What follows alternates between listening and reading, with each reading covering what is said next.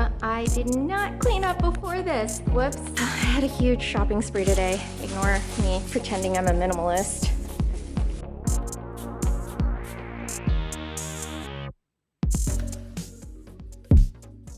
My desk is pretty empty. I just have like my work stuff. I always keep a journal nearby. These are my other desk essentials. Chapstick, lotion for my hands, a spray for my face. And then these are some cards that I pulled. They like speak to me. So here we have a super plush chair. I love it so much. And my cousin made this print of me, my mom, and my grandma back in the day. That's me right there. I used to be lines. And check out this guy. Ooh. I forgot to mention this, but the office has a restroom too, which is so clutch. Here's my makeup cabinet. It's kind of where I put on makeup in the morning or I touch up throughout the day if I have meetings.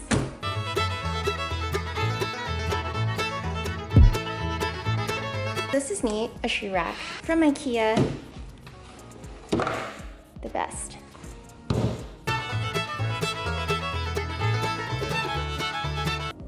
So here's the living room. We didn't do too much with it. Mounted the TV so we don't need an entertainment.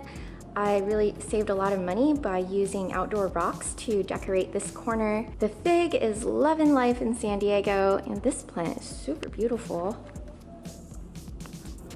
And we've got like a medley of chairs here. This is a pillow from IKEA. It's really affordable, even cheaper than the Poing, which is slightly bigger and like maybe a little bit more cushiony. But we can't bear to part with this guy, and it still comes in handy because if we have guests, then the sofa alone is not enough seating. We'll throw those pillows onto the floor to sit on the floor. For the most part, the house looks really nice and neat and minimalist. But if you look around, there are things. Like here we have books. And in the corner, I store my yoga mat and a foam roller because I really enjoy doing workouts like right around here.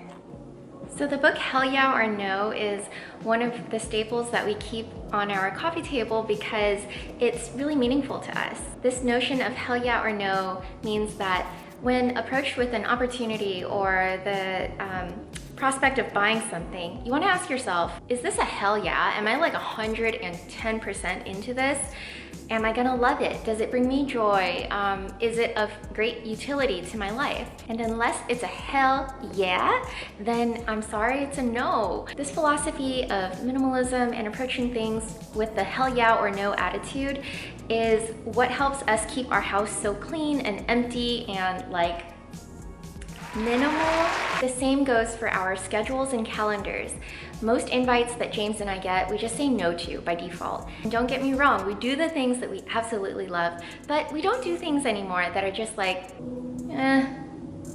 yeah, I'd rather stay home. And if you're living in an apartment and you don't have a lot of space, minimalism is kind of an awesome way to go because you don't have to think about keeping up with the Joneses. Heck, you don't even know if you'll be in that apartment like next year, right? Now that we have a house, there's like a million corners to put stuff into, but we try to keep it to a minimum. Let me show you an example of like a literally empty room.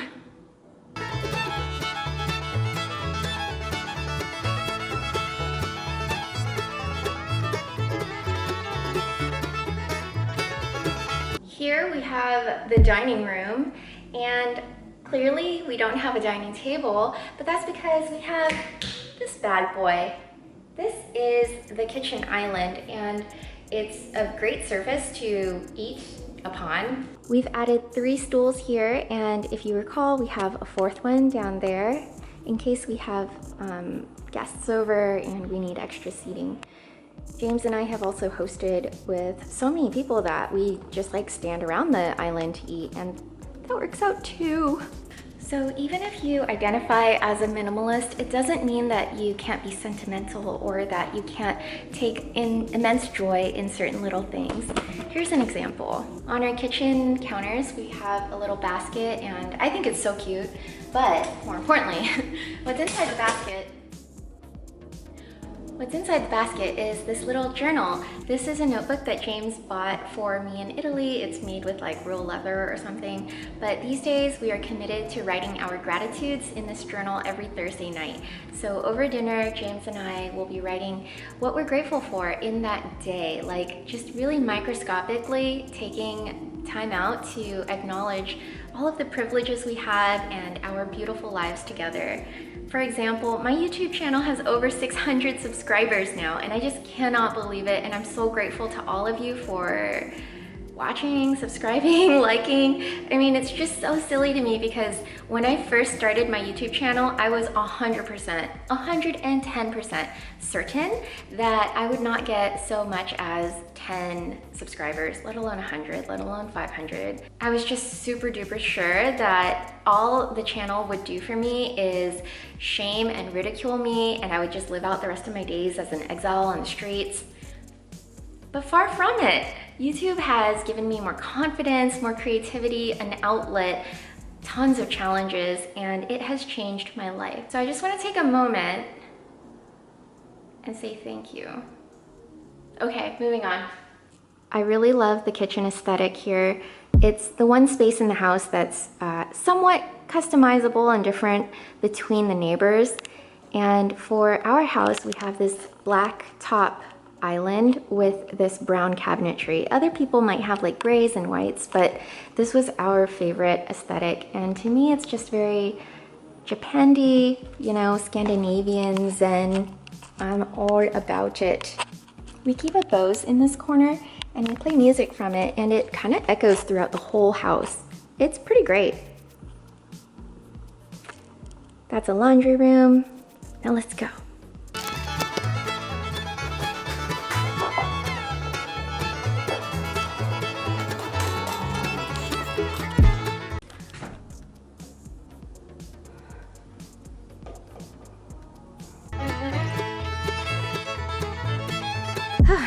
There you are. This is Bartholomew. Every day, James and I take turns putting Bartholomew in a different spot in the house, and today it was my turn, so I put him there, and James will see him later. This is our bedroom and our bathroom. That's about it. As you can see, we don't have any end tables or anything like that, but it doesn't mean that we don't have a few things just cleverly stored. Hello there. My camera died, so I went to Target for some errands. So even though you don't see anything in and around the bed, there's actually a lot stored in the bed because we don't have nightstands. Before I sleep, I like to read or write in my journal. So I have the book I'm working on right here and my journal right here. Just dropped my pen. The pen just disappeared. Oh, okay. This is my journal. I'll write in it, and I have Sudoku sheets that I print out in case that's the mood I'm in. Over here we have the bathroom, and there's this cool sliding door. We never really use it.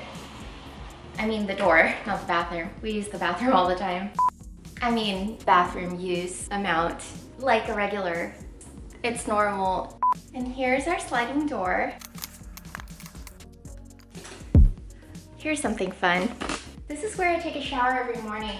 And in order to keep all of the ideas I have in my head somewhere outside of my head, I have a waterproof notepad here. And it's got waterproof paper with a pencil that can write on this paper and not get smudgied in the water. So I will write reminders here or fresh ideas that I have in the shower, you know, shower thoughts. It's the evening now. Why do I take so long to film these things?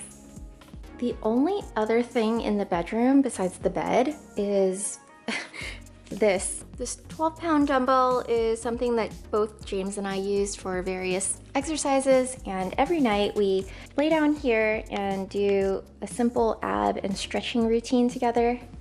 That's a pretty cool custom we have. So over here we have two more bedrooms. One is James's office and the other one is a guest bedroom. It's not much to write home about, but I am super grateful for the space that we have to have separate offices.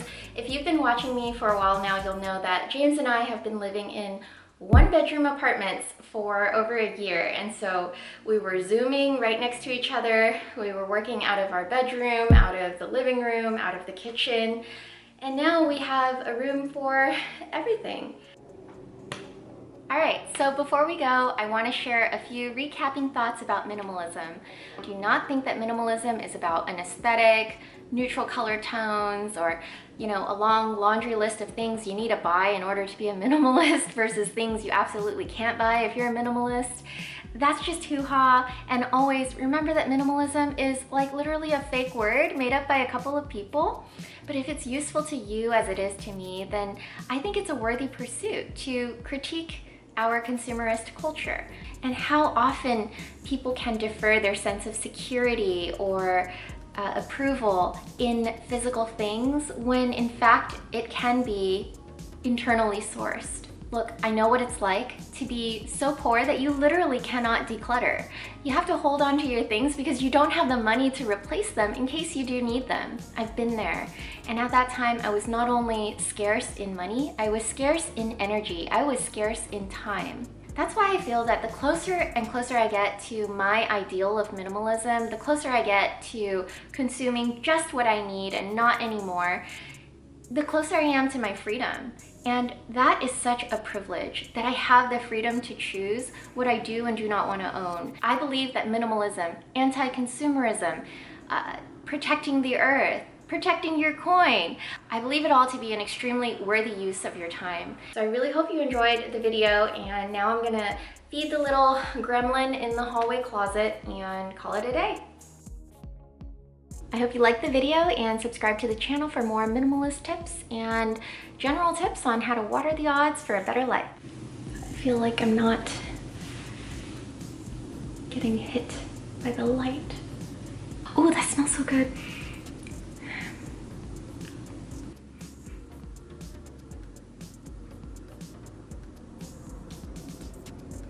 Mmm. Ooh, that's bitter.